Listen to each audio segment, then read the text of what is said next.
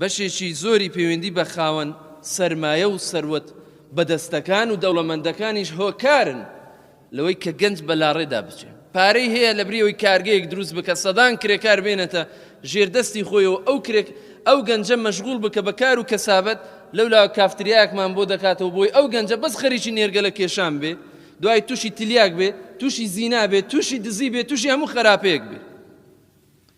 لەگەڵ زیادبوونی ئەو هەموو کافتریایانە زیاتر گەنج بە فیڕۆ چوو، زیاتر گەنج بە هیلاک چوو.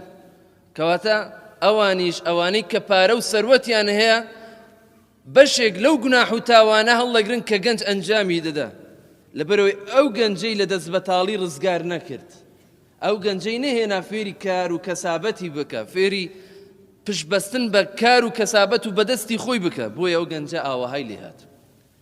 بۆ ئێمە پێویستیمان بە کافتریا و بە نێرگەلە کێشان نییە، پێویستیمان بە دەستی کارە، پێویستیمان بە کارگەکانە، پێویستیمان بە کەسێکە دەستمان بگرێ فێری ئیشمان بکە، ماسیمان پێ نەدا، فێری ڕاوە ماسیمان بکە باشترە. بۆی زۆر گرنگە ئەوانش بزانن کە مەسئولن لە بەرامبەر ئەو سەروەت و سامانەی کە هەیە.